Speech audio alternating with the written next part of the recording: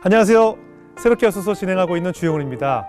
여러분의 구독과 좋아요, 우리 CBS와 이 많은 스태프들의 큰 힘이 되고 있습니다. 구독, 좋아요, 그리고 알람 설정까지 부탁드립니다.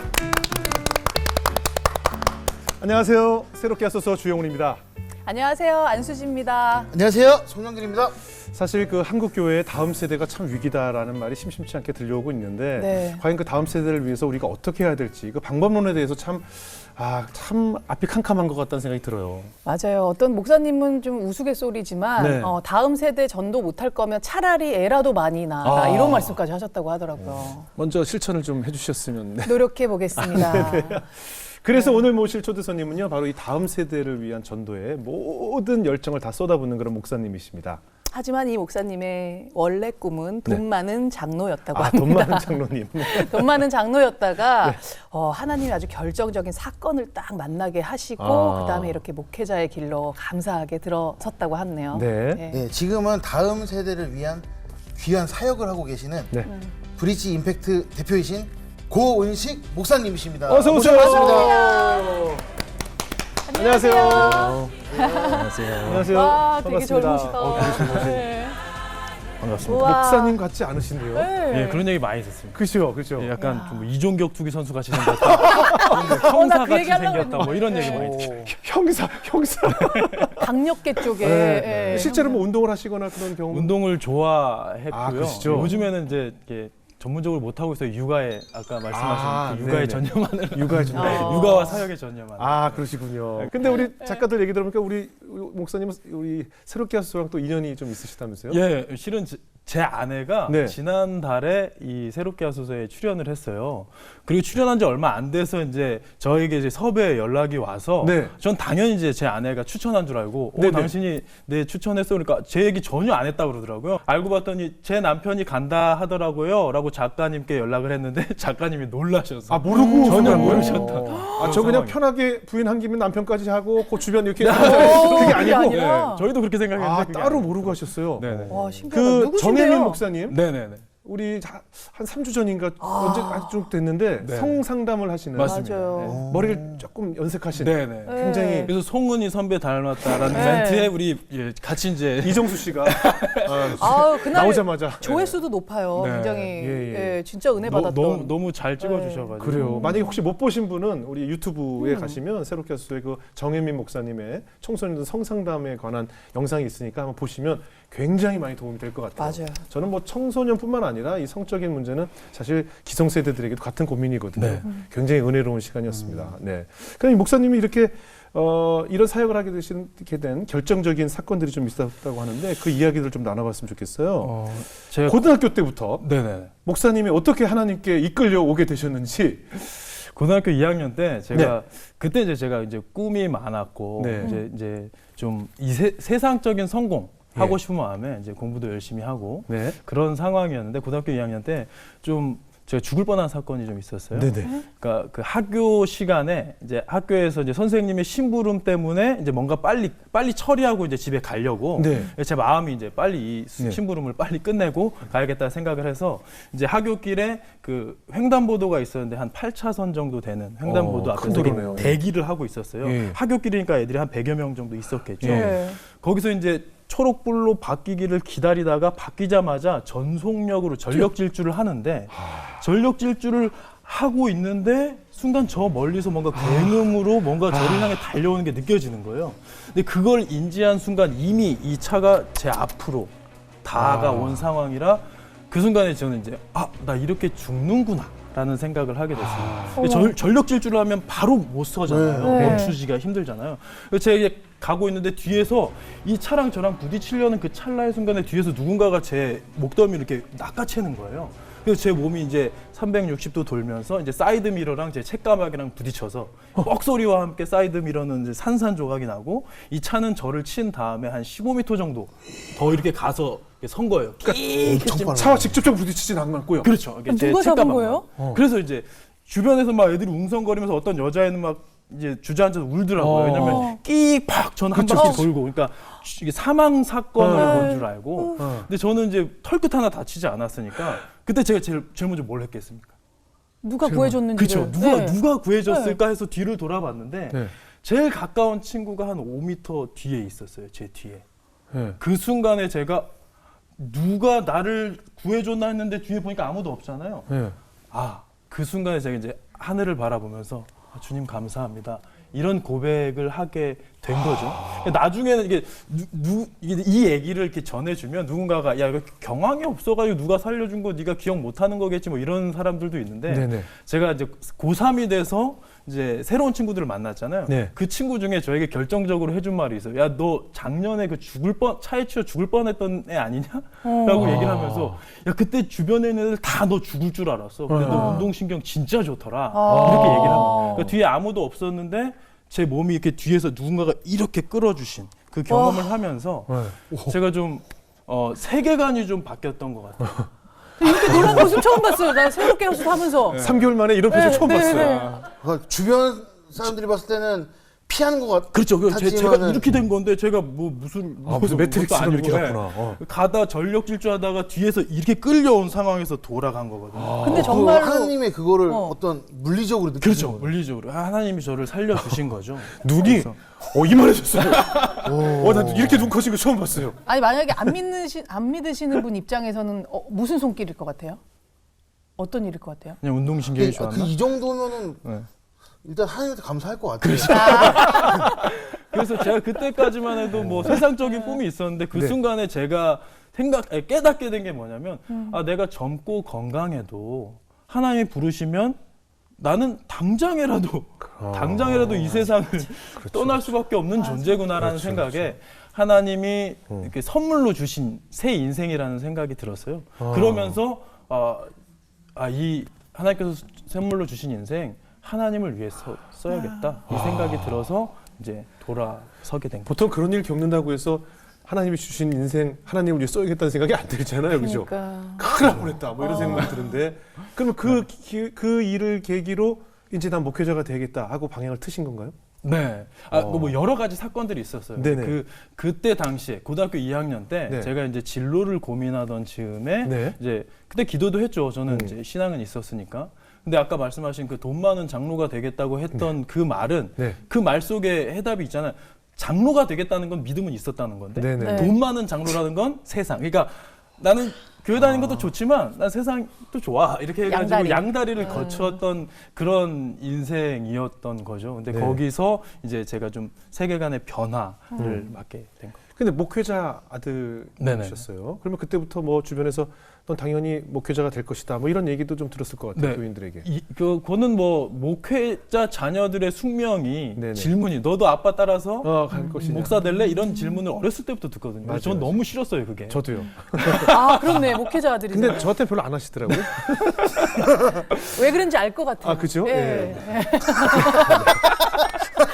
어릴 때는 이 모양이 아니었어요. 예, 알겠습니다. 왜 훌륭하신데. 아니요. 저는 어렸을 때부터 그런 얘기를 들었을 때 이게 오히려 멱살 잡고 막 이게 막 대들면서 싫다고. 왜냐하면 저희 집안이 이렇게 목회를 하면서 저희 아버지가 원래 아버지는 중견 기업의 연구진으로서 이렇게 돈도 많이 버시는 상황이었고 네네. 저희 어머니는 또 초등학교 교사셨어요. 근데 이 두 분이 저를 낳고 제가 이제 삼남매 중에 막내인데 네. 저를 낳고 나서 이제 아버지가 이제 저희를 눕혀서 재우고 있는데 환상 중에 네. 우리 이제 자녀들이 아빠 지금 뭐 하고 있어요? 뭐 이런 애들이 막 왜 중요한 일을 냅두고 지금 뭐 하고 있어요? 이러한 환상을 보시면서 충격을 받고 그때 이제 저희 아버지도 신앙이 있으셨기 때문에 네네. 그때 이제 고민을 하시면서 기도를 하시면서 이제 다 내려놓으시고 목회의 길을 가신 거예요. 좋은 회사, 좋은 직장을 다 네네. 뿌리치시고. 그래서 이제 저희 어머니도 그 당시에는 네. 이게 뭐 40년 전 얘기니까 네. 이제 목사님, 사모님은 뭐 다른 직업을 갖는 거를 이제 한국 교회에서도 이렇게 좋아하지 않았던 그런 분위기고 그래서 이제 사임을 하시면서 퇴직금을 받으셨고 네네. 네. 모아뒀던 돈이 그 당시 한 1,000만 원 정도. 예. 40년 전에 1,000만 원이면 큰 지금 이제 엄청나죠. 집 한 채를 살 수 네. 있는데 네, 네. 그거를 다 헌금을 하시고 아. 이제 개척을 하신 곳이었다 보니까 네. 이게 전 어렸을 때 이제 뭐 그 노래 가사처럼 어렸을 때부터 우리 집은 가난했었고 가난. 그러니까 저는 뭐 학용품이나 뭐 준비물이나 이렇게 심지어는 제 옷도 제가 제 기억으로는 군대 갈 때까지 제 옷을 사본 기억이 없어요. 와. 그러니까 제가 이제 초등학교 3학년 때, 저희 형은 4학년 때, 네. 제가 3, 4학년 때 이제 석간 신문을 돌렸고 네. 이제 초등학교 6학년이 되니까 이제 낮에는 애들이랑 놀고 싶어가지고 조간으로 돌려서 조간 신문도 돌리고 이렇게 하면서 저는 뭐 저희 가정에 대해서는 만족했어요. 항상 화목한 가정이었으니까. 근데 가난은 싫었어요. 그리고 어렸을 때부터 이제 뭐 주입된 그 교육들. 그리고 그 안에서 또 이제 제가 인격적으로 하나님을 만나게 되는 그런 경험을 하면서 구원에 대한 확신은 있었으나 어차피 구원 받을 거 이 세상 어느 정도 누리다가 부끄러운 구원을 받든 아니면 아예 그냥 내 삶을 다 들여서 순교하면서 영광스러운 구원을 받든 난 천국만 가면 되거든요. 저도 제일 부러운 사람이 죽기 전날 구원받은 사람 있잖아요. 나 제일 부러워. 아니 내 근데 마음대로 살다가 죽기 전에 회개하고 이런 생각을 많이 해서 그렇습니다. 최대한 미루다가 죽기 전에 구원받겠다 하는 사람도 있지만 네. 사실 미리 받는 게 좋은 거 아니에요? 아 그럼요. 뭐가 좋아요? 그러니까 지금 제 삶의 자세 자체가 이미 천국을 누리고 있는 것이죠. 아, 그치. 세상 사람들이 고민하고 걱정하는 게 저에겐 더 이상 고민이 아닌 이게 저는 그래서 그리스도인은 확실히 이게 복음이라는 게 매력적인 거거든요. 근데 뭐 교회를 다녀야 뭐 이게 아니고 예수를 믿게 되면 그 은혜로 인해서 내 삶에 죽음이 두려워지지 않는 인생 이런 게 되다 보니까 뭐 어쨌든 저희 안에 이제 당연한 에너지가 넘치게 되는 건데 요즘 근데 그게 좀 아쉽습니다. 뭐가 궁금하세요? 어떻게 보면 후자는 약간 얍삽한 느낌. 조금 있는 거예요. 얍삽하고 위험하죠. 아니요. 그렇죠. 조금 약간 아니 사실은 이게 언뜻 들어서 되게 좋은 얘기 같잖아요. 세상 걸 다 누리다가 전날. 네. 근데 그 세상을 누린다는 것이 결코 기쁘지 않기 때문이에요. 맞아요. 세상을 누린다는 것이 기쁘면 정말 그렇게 살면 되죠. 하지만 결코 그것이 단 하루도 기쁨이 없기 때문에 우리는 일찍 하나님을 만나고 싶어 하는 것이죠. 그렇죠.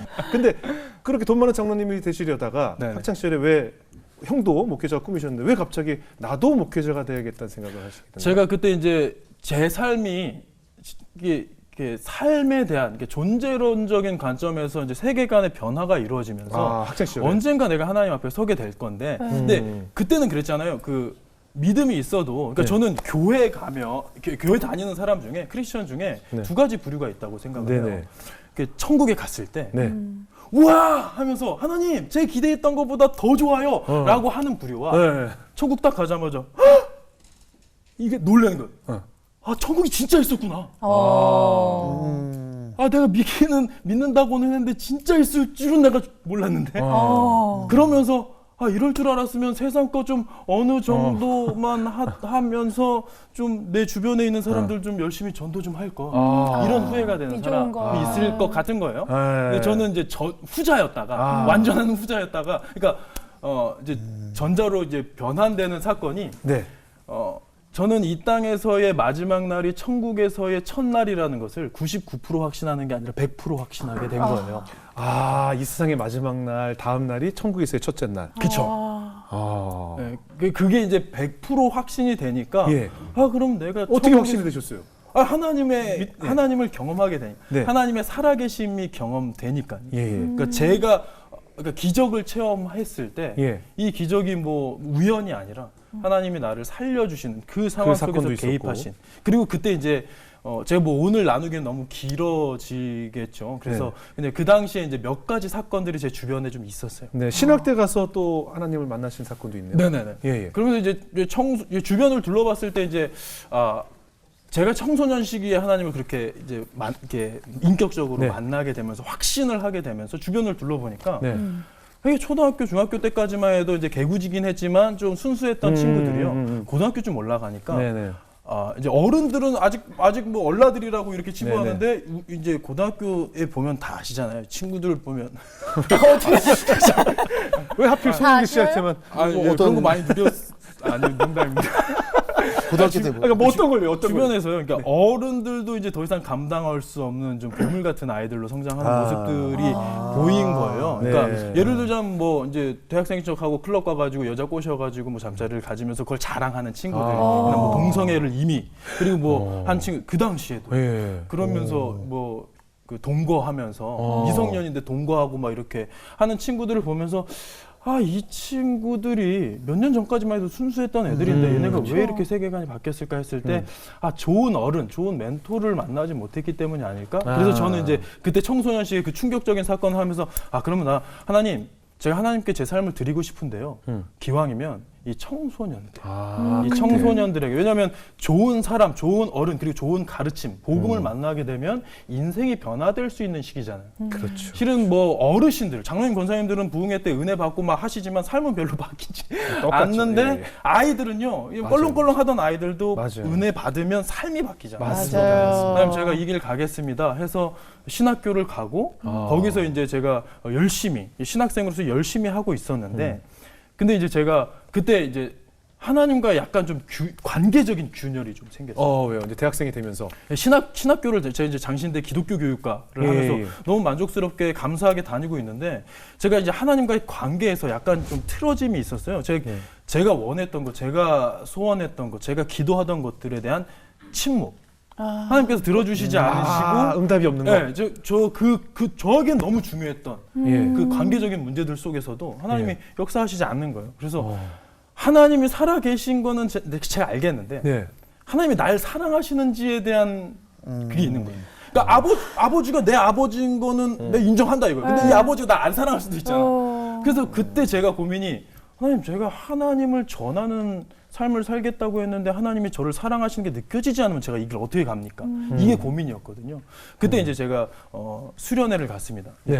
이게 신학생들 이제 수련회를 가서 신학생뿐만 아니라 대학생들 네네. 가가지고 수련회를 가는데 그날이 또 하나님 아버지의 마음이라는 주제로 설교 은혜롭게 전해지고 나서 네. 기도회를 하는데 옆에 친구들이 너무 뜨겁게 기도하는 거예요. 네네. 평신도들도 이제 일반 대학교 친구들도 네네. 저는 이제 신학생인데 네. 근데 제 마음은 냉랭한 거죠. 그러면서 옆에서 막 기도하고 있는 친구들을 보면서 오히려 저는 더 상대적인 박탈감. 얘네들은 하나님께 사랑받고 있구나. 근데 나는 날 향한 하나님의 사랑이 느껴지지 않아. 근데 그날 제가 이제 딱 무릎을 꿇고 하나님, 저 사랑하시긴 하는 겁니까? 이렇게 이제 질문을 했어요. 근데 이제 놀랍게도 여러분 타이타닉 보셨나요? 타이타닉. 봤죠. 타이타닉 영화에 보면 물에 사람들이 막 빠질 때 막 허우적거리고 난리가 났는데 일부러 영화적인 장치로 음소거를 하는 장면이 있어요. 네. 소리가 없이 막 허우적거리기만 하는 네네. 그런 것처럼 옆에 사람들이 열심히 기도하고 있는데 소리가 갑자기 먹먹해지면서 고요 속으로 들어가는 거예요.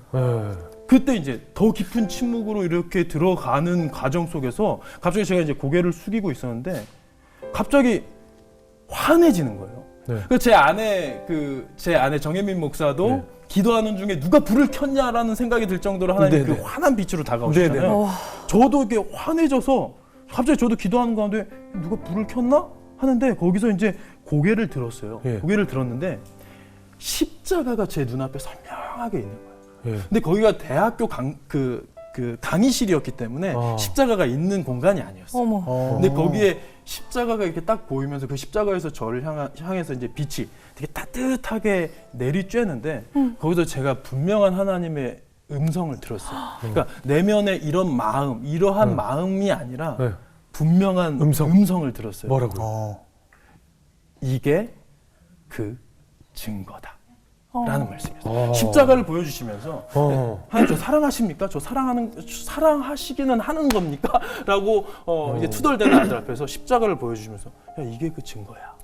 근데 그게 그때까지는 전 이제 온 인류를 향한 예수님의 사랑 이거 accept 된다 이거예요. 근데 그게 나를 향한 사랑이었는지는 이제 긴가민가 했던 저에게 하나님이 직접 보여주시면서 십자가를 보여주시면서 이게 그 증거야. 내가 널 사랑하는 증거야.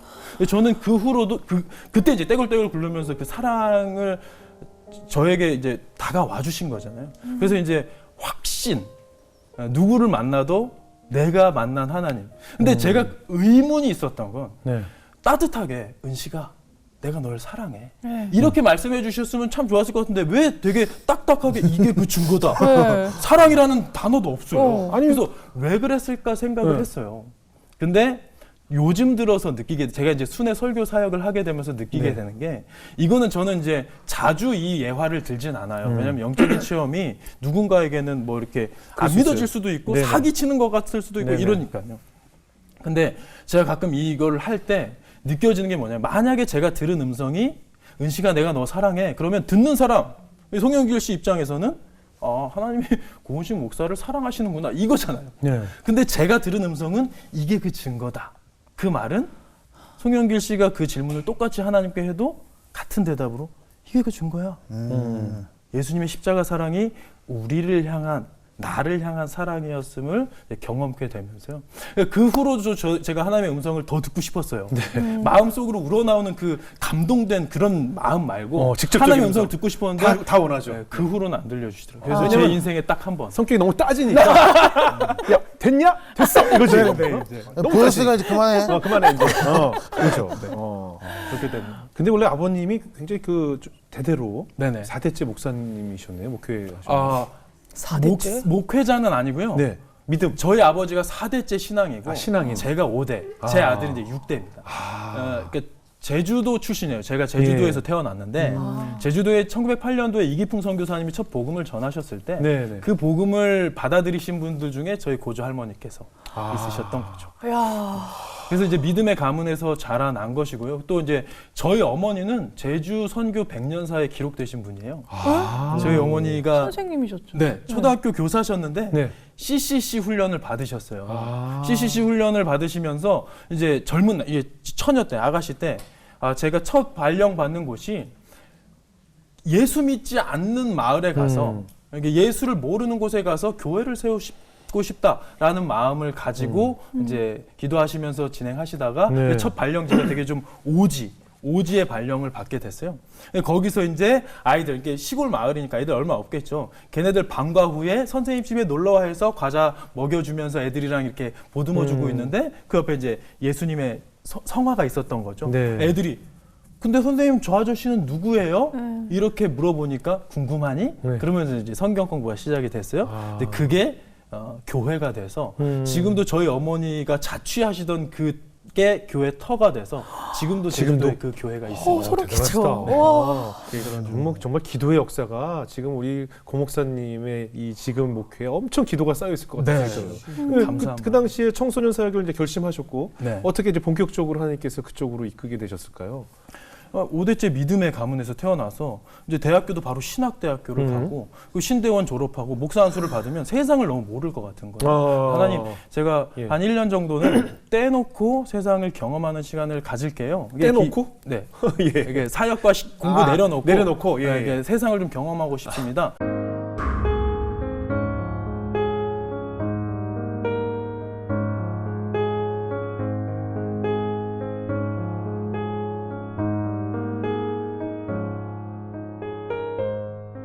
근데 사실은 그 우리 청소년들과 대화하기가 쉽지 않잖아요. 사실 좀 겁나는 친구들도 있고 그렇잖아요. 사실은 저는 강연 초대를 받을 때 이게 청소년들 대상으로 하는 강연을 좀 두려워해요. 왜냐하면 일단 이렇게 연습 뭘 할 때도 강연할 때도 잘 듣지 않고 좀 이렇게 삐딱하다고 할까요? 이렇게 그러니까 눈을 안 마주치는 학생들도 있고 그래서 참 대화하기가 어렵다라는 생각이 드는데 우리 목사님은 그 청소년들 이렇게 대화의 문을 열 수 있는 좀 방법을 알고 계신 노하우가 있나요?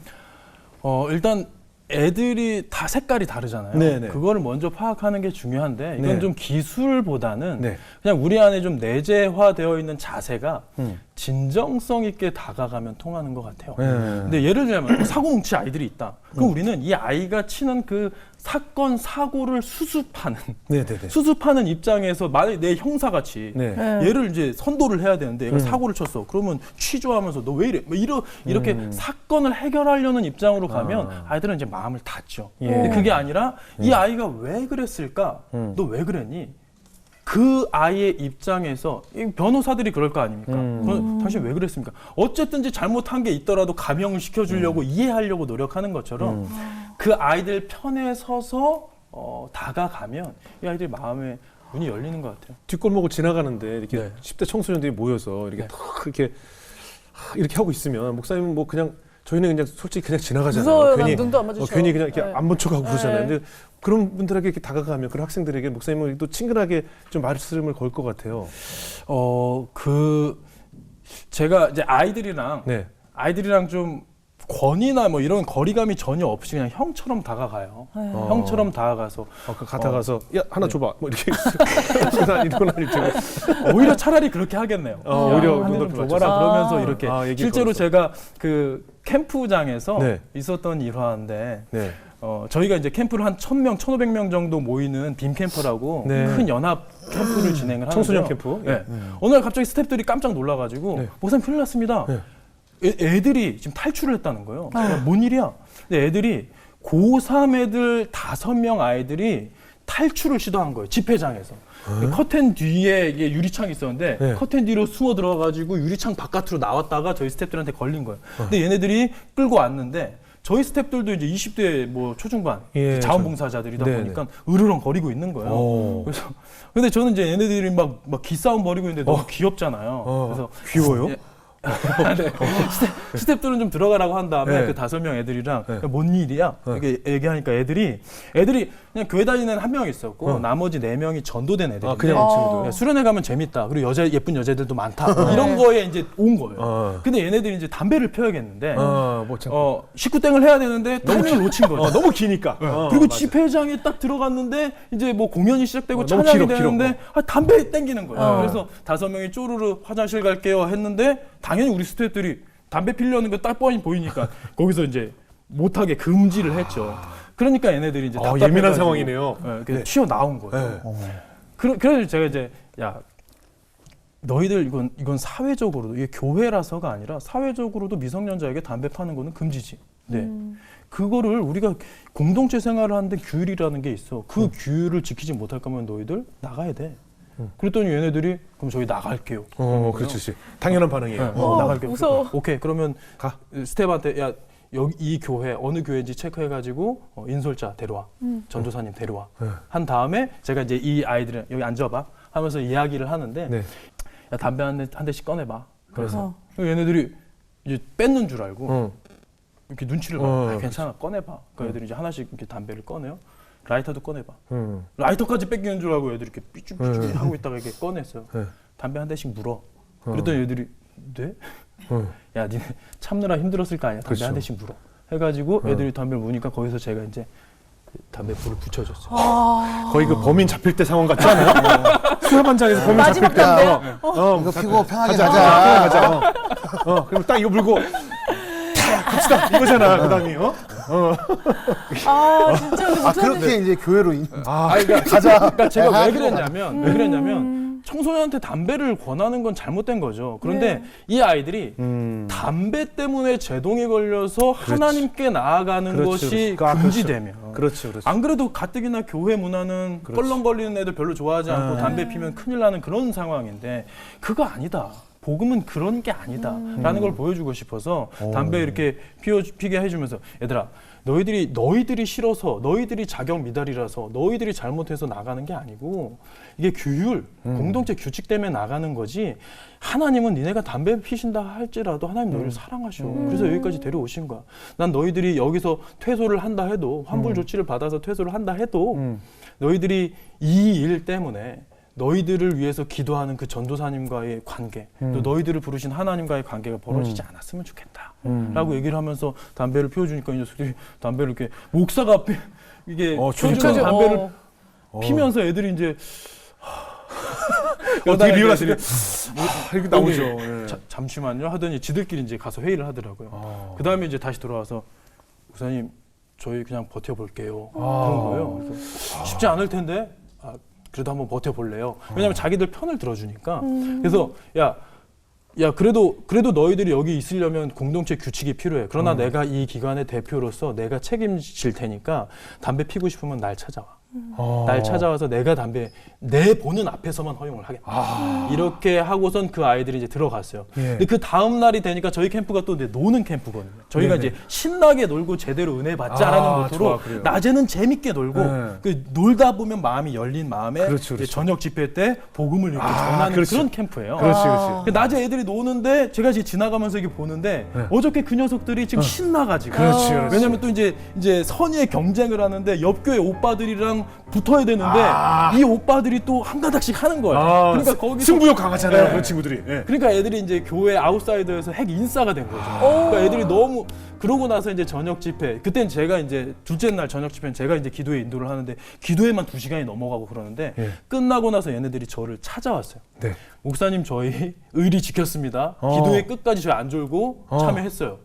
그리고 나서 그 다음 날에 마지막 예배 드릴 때는 애들이 와서 얼굴이 환해져가지고 저한테 하이파이브를 하면서 이렇게 돌아갔어요. 나중에 그 사역자한테 이제 연락을 해봤더니 이 친구들이 잘 청년부까지 잘 올라가서 대박. 눈물 나. 영화를 한 편 본 것 같아요. 그러니까 저는 담배 피는 것을 금하려다가 아이들이 하나님의 복음을 놓치게 되는 건 중요한 아니다. 와, 얘기예요. 이거 너무 중요한 얘기예요. 정말 중요한 얘기 같아요. 애들 편에 있어서. 그깟 담배, 네. 그깟 그 아이들이 저지르고 있는 행실 때문에 네. 그들이 하나님께 올 수 있는 기회를 우리가 막을 수도 있다는 생각이 들어요. 그렇죠. 거의 그럴 것 같아요. 그렇잖아요. 그런 사실은 경우들이 많습니다. 제가 늘 얘기하지만 교회라는 곳은 아픈 사람들이 오는 곳이거든요. 네네. 아프니까 왔는데 네.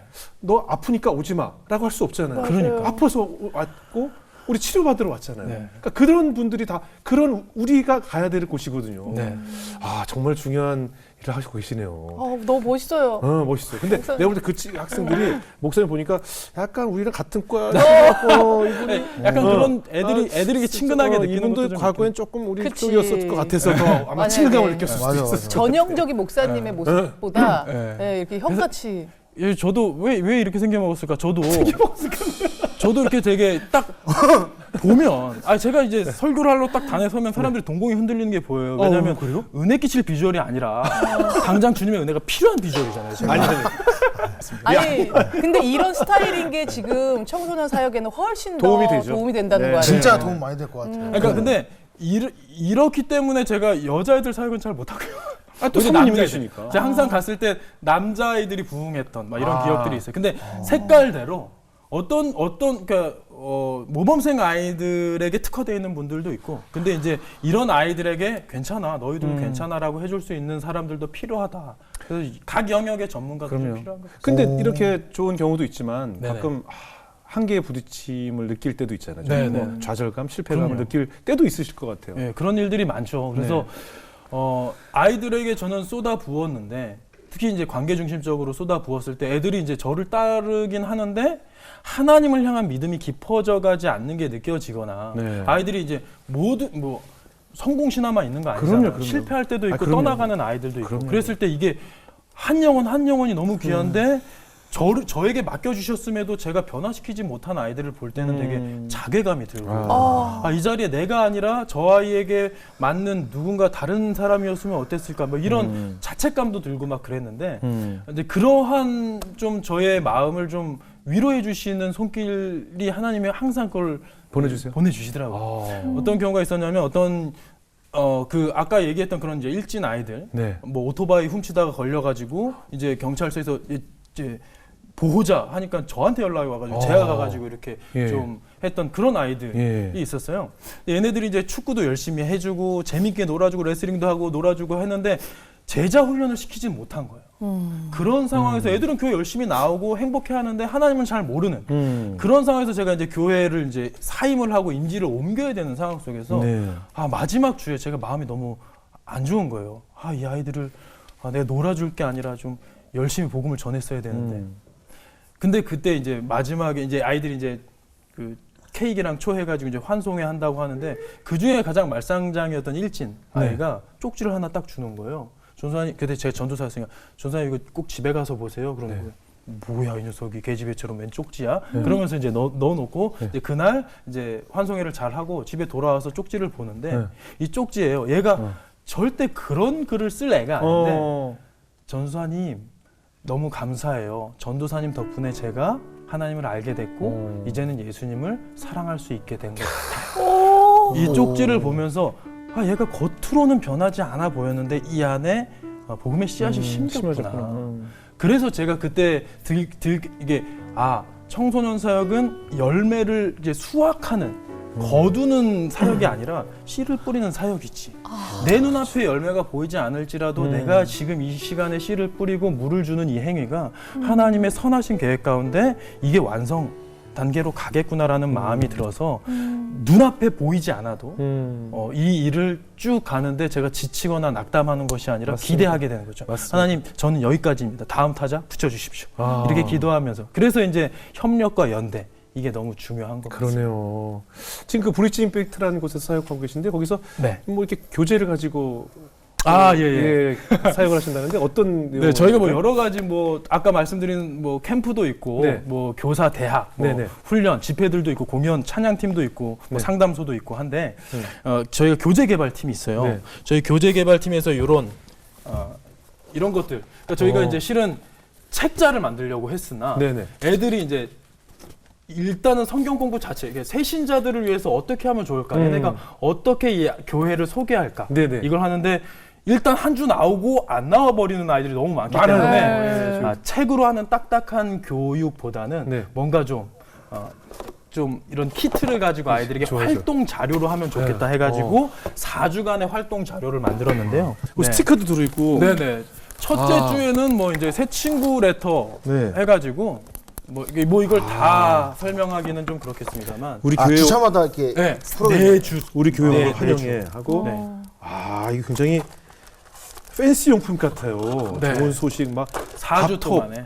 아, 디자인도 너무 아이들이 딱 좋아하는 좋아요. 디자인이에요. 그리고 정성이 들어있고 어. 성경을 왜 읽어야 하는지, 예수님과의 식사 약속, 밥톡하는 방법, 밥 먹듯이 하는 밥 먹. 거죠. 그러니까 성경이 무엇인지 말씀을 성경책을 주면 애들이 새신자들 너무 딱딱하죠. 힘들잖아요. 저 얇은 책자 주면서 일주일간 한번 하나님의 말씀이 무엇인지 한번 맛보기로 한번 봐봐. 정확하게 7일차 동안 네, 일주일. 볼 수, 일주일 동안 그게 볼 수 있는. 4주 차입니다.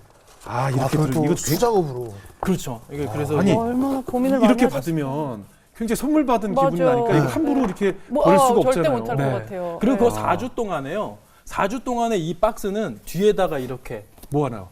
해놓는 해놓고. 거예요. 그리고 들어오는 애들이 선물을 줄 수 있게. 4주 동안 환영이 진행이 되는 거죠. 이 안에 또 다른 선물을 줄 수 있게. 초콜릿이든 사탕이든 먹을 것들. 의미 있다. 편지. 근데 애들이 안 한다 그러면 선생님들이 열심히 써서 막 이제 초콜릿 하면 4주 동안에 이 박스에 쌓이는 이 따뜻한 온정 이런 거 하는 거죠. 우리가 누굴 전도해도 있잖아요. 정말 최하 4주 이상은 그를 케어하고 그를 위해 맞아요, 뭐 맞아요. 기도뿐만 아니라 이렇게 정성을 들여야 돼요. 그냥 교회 한번 쑥 왔다가 다음 주부터 네가 이쪽에 주차하고 알아서 와 이렇게 하면 안 되는 것 같아요. 이거 얼마나 고민 많이 하셨을까 싶은데요. 네. 예, 여기 영기 씨가 이렇게 관심 갖는 모습을 제가 오늘 처음 선물로 봤어요. 드리겠습니다. 근데 잠깐만 연기라 먹을 건 없어. 뭐 초콜릿 얘기하는 그럼 우리가 넣어줄게요. 그럼 우리가 이제 넣어서 계속 있잖아. 밑에 계속 계속 찾아. 아니 없을 때 주영훈 씨랑 안수지 씨가 이제 여기다가 예. 이제 초콜릿을 이렇게. 여기다가 네. 선물해 주시고 4주 동안 드리겠습니다. 뭐 초밥도 좀 넣어줄게요. 빨리 먹어야겠네. 상하게.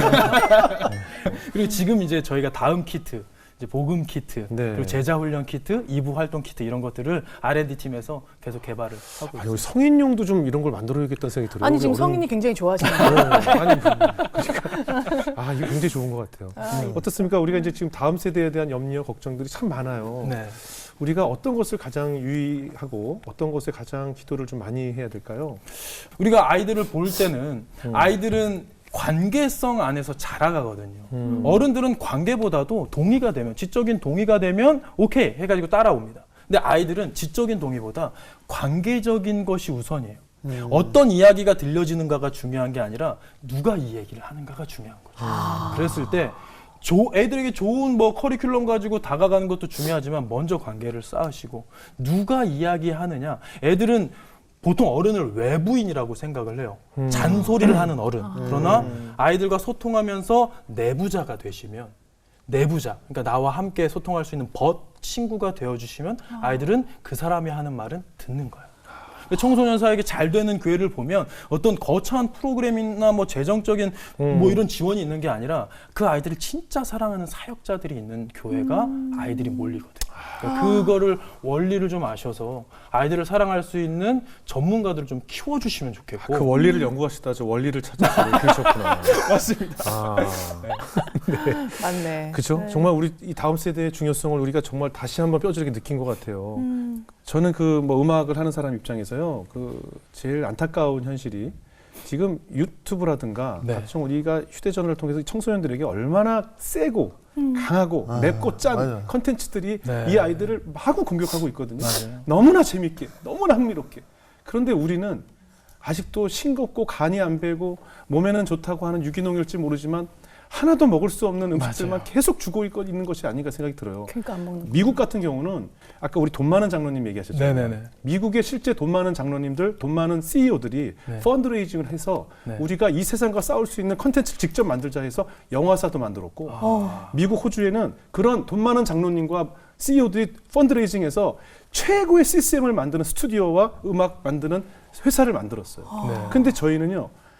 CCM을 녹음할 때 가장 싼 녹음실에서 가장 저렴한 연주자들을 섭외해서 어떻게 하면 싸게 만들 수 있을까? 어떻게 하면 돈이 안 들어갈까? 어떻게 하면 재능 봉사 하시죠? 해서 정말 저렴하게 겨우겨우 만들어내고 있는데 이 컨텐츠를 가지고 네. 저 세상 밖에 있는 저 맥구짠 컨텐츠들과 어떻게 싸움이 되겠어요? 싸움이 안 되거든요. 네. 그냥 오로지 기도로 싸워보자 하기에는 우리가 너무 역량이 부족하니까 오늘 목사님의 돈 많은 장로님이 꿈이었다는 얘기를 듣고 그런 생각이 났어요. 네. 우리가 지금 건축 헌금만 할 것이 아니라 그 하나님께 바치실 재물들을 우리가 이 컨텐츠를 위해서 다음 세대를 위한 네. 컨텐츠에 좀 청력을 기울여서 우리 아이들이 또 즐길 수 있는 좋은 양질의 컨텐츠를 크리스찬 컨텐츠. 크리스찬 네. 컨텐츠를 우리가 제공해 주는 것이 우리 기성세대가 지금부터 해야 될 일이 아닌가 하는 도전적인 생각이 들었어요. 네. 물론 저도 그런 면에서 해야 될 일이 있다고 굉장히 도전을 네. 받게 되고요. 목사님도 나중에 한번 우리가 뜻을 모아서 네. 다음 세대를 위해서 함께 손을 잡고 정말 아, 진짜 열심히 뛰어야 되지 너무- 않을까 싶어요. 제가 돈 많은 장로는 포기했지만 네. 이 길을 가는데 좋은 돈 많은 그죠? 장로님들과 네. 협업해서 좀 후원이 들어왔을 때 그 후원이 좀 허투루 쓰이지 않게 그래요. 흘려보낸 이의 마음을 뿌듯하게 할 수 있는 귀한 일들에 좀 집중할 수 있는 그런 한국교회가 함께 가는 네. 그림이 좀 그려졌습니다. 우리 이 방송 보시는 돈 많은 장로님들과 돈 많은 연락 주십시오. CEO님들은 더 이상 교회 건물을 높이려 하지 마시고 우리 다음 세대들을 위해서 그럼 저도 발벗고 한번 그렇게 해보겠습니다. 아, 기도 멋있다. 많이 해주시기 바랍니다. 근데 괜찮았죠? 네, 짱이에요. 근데 제가 목사님 아까 저는 약간 소름 끼쳤던 게 그 담에 불 붙여줬을 때 그 네네. 친구들이 버텨보겠습니다 말하는 거. 그렇죠, 그렇죠. 그러면 소수지만 정확하게 몇 명은 그럼요. 건졌다고 해야 되나? 그럼요. 하나님께 올 수 있는 거죠. 그 불이 그 아이를 끌어당기게 되는 거죠. 그럼요. 영기 씨 그게- 변했어요. 우리 영기 씨가 달라졌어요. 전도의 핵심을 알고 계시네요. 네. 자네 내 밑에서 신학할 생각 없나? 목사님, 아니 뒷말이 아니고 진짜 나중에 한번 봬요. 나중에 한번 봬요. 수컷 때 수컷으로. 목을 좀 가리고. 주짓수 같은 거 한 판 하세요, 두 분이. 목사님 앞으로도 다음 세대를 위해서 열심히 일해주시고 네. 함께 기도하고 정말 중요한 일 하고 계시니까 저희도 힘닿은 대로 돕도록 하겠습니다. 오늘 자리해 주셔서 고맙습니다. 네, 감사합니다. 맡기네요